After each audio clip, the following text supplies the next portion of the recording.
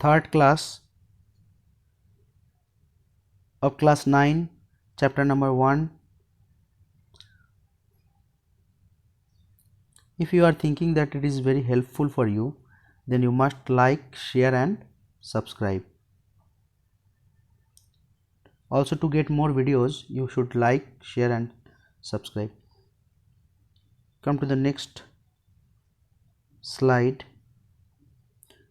Today we will know about how to represent irrational numbers on the number line. How to represent irrational numbers on the number line. There are three methods. एक है मेरा spiral method, दूसरा वाला direct method, third method is semi circular method. Only this three methods are there. Spiral method, direct method, semi circular method, तीन ही method है बस. कौन कौन सा method? Spiral method, direct method, semi circular method. सबसे पहले हम लोग देखेंगे क्या? Spiral method. और हम लोग देखें स्पाइरल मेथड में, स्पाइरल मेथड हम लोग यूज़ करते हैं many small continuous number. Small number के लिए हम लोग यूज़ करेंगे. देखो एग्जाम में अगर ऐसा बोला रहेगा, ऐसा रहेगा कि रिप्रेजेंट √2, √3, √4, √5, या तो फिर कोई स्मॉल नंबर के लिए हम लोग किसके लिए यूज़ करेंगे? स्मॉल नंबर के लिए.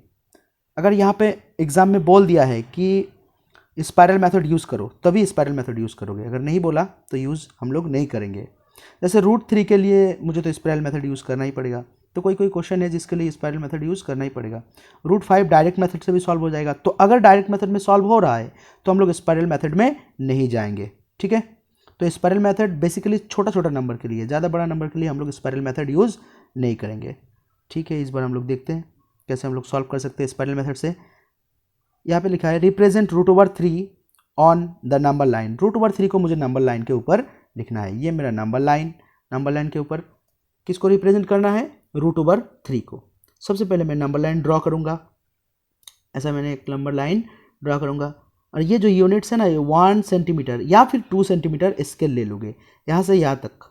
ये मेरा डिस्टेंस कितना हो जाएगा? ये डिस्टेंस 1 सेंटीमीटर या तो फिर 2 सेंटीमीटर. जीरो से स्टार्ट करोगे 1 सेंटीमीटर या तो फिर 2 सेंटीमीटर. और ये डिस्टेंस हमेशा सेम होना चाहिए. 1 यूनिट, फिर 2 यूनिट, फिर 3 यूनिट, फिर 4 यूनिट, ऐसे जाएगा. ठीक है. ज़्यादा नहीं बनाना है. ठीक है. हम लोग देखेंगे अगर √8 तक बनाना है तो हम लोग कहाँ तक जाएंगे, या फिर √9 तक बनाना है तो 3 तक ही बनाने से काफ़ी है. तो यहाँ पे हम लोग √3 रिप्रेजेंट कर रहे हैं तो 1 से थोड़ा सा ज़्यादा होगा, क्योंकि √1 का वैल्यू 1 होता है और √2 का वैल्यू, √3 का वैल्यू क्या होगा? 1 से थोड़ा सा ज़्यादा होगा. तो 1, 2, 3 तक ही काफ़ी था. फिर भी हम लोगों ने क्या किया?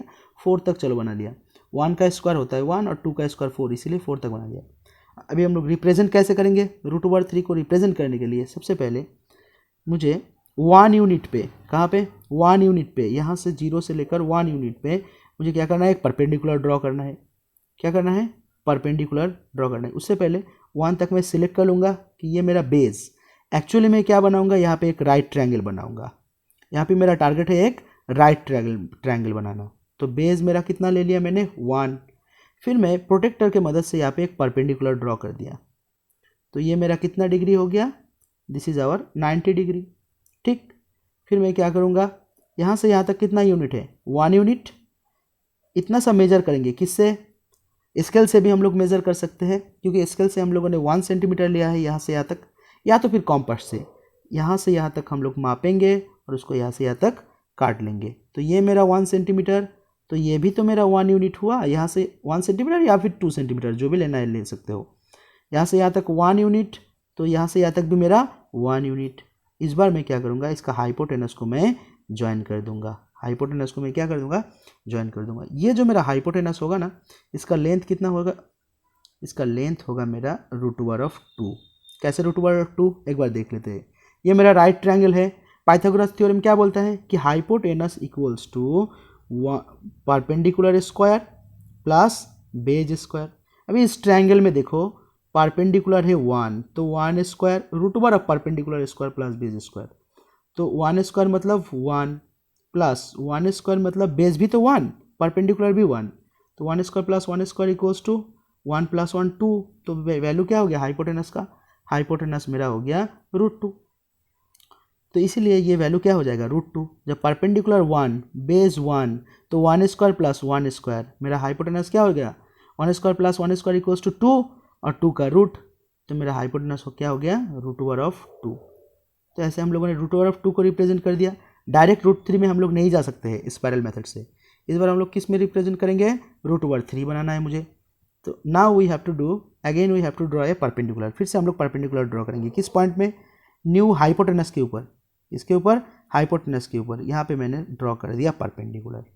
तो ये मेरा 90 डिग्री किसके मदद से, सेम प्रोटेक्टर की मदद से, ठीक है। और सेम मैं क्या करूँगा इस बार, फिर से मैं 1 यूनिट यहाँ से यहाँ तक काट लूँगा। ये डिस्टेंस मापेंगे हम लोग, स्केल से भी हम लोग माप सकते हैं ये डिस्टेंस, या तो फिर हम लोग कॉम्पास से माप के, ये वाला ले लिया मेरा, कितना हो गया 1 यूनिट। फिर से मैं हाइपोटेनस को ज्वाइन कर दूंगा। जैसे मैंने हाइपोटेनस ज्वाइन कर दिया, ये जो मेरा लेंथ हो गया कहाँ से कहाँ तक, एक बार फिर से देख लेते हैं दूसरे कलर से।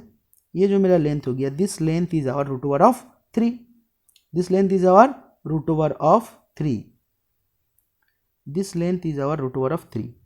ये मेरा कितना हो जाएगा √3 हो जाएगा।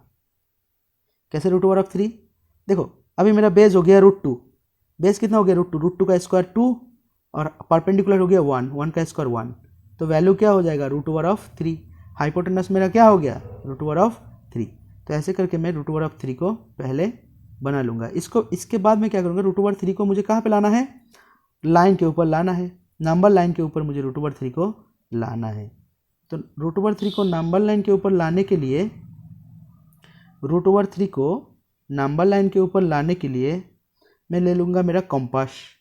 कंपास का जो पेंसिल है, पेंसिल को मैं यहाँ पे रखूँगा, मतलब यहाँ से यहाँ तक मैं मेज़र करूँगा कंपास से। पेंसिल को मैं यहाँ पे रखूँगा, यहाँ पे कंपास का और एक साइड को मैं रखूँगा, पिन को यहाँ पे रखेंगे, पेंसिल को यहाँ पे रखेंगे। फिर मैं क्या करूँगा, इसको ना यहाँ से एक आर्क खींच लेंगे और आर्क को यहाँ पे खींच के लाइन के ऊपर लेके आएंगे। आर्क को मैंने खींच के क्या कर दिया, लाइन के ऊपर लेके आया।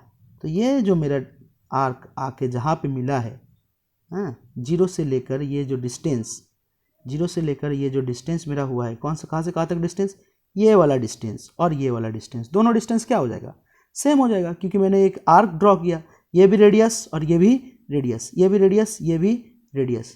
तो ये जो डिस्टेंस हुआ मेरा कितना हो गया √3 हुआ। जीरो से लेकर यहाँ तक जो मेरा डिस्टेंस हुआ कितना हो गया √3, मतलब जीरो से लेकर यहाँ तक जो पॉइंट आया, इस पॉइंट का वैल्यू क्या हो जाएगा, ये वैल्यू हो जाएगा √3। तो √3 को इस तरीके से मैंने किसके ऊपर लाया, नंबर लाइन के ऊपर मैंने लेके आया √3 को। So this is the spiral method. देखो यहाँ पे स्पाइरल घूम रहा है, पहले √1 फिर √2 फिर √3। √1 मतलब तो 1 ही ना हुआ, तो इसीलिए √1 को निगलेक्ट किया जा रहा है। फिर √2 √3 इस तरीके से जा रहा है, स्प्रिंग की तरह, स्पाइरल की तरह घूमते घूमते जा रहा है, इसीलिए इसका नाम क्या हो गया, इस मेथड का नाम हुआ स्पाइरल मेथड। हम लोग नेक्स्ट मेथड देखेंगे इसके बाद।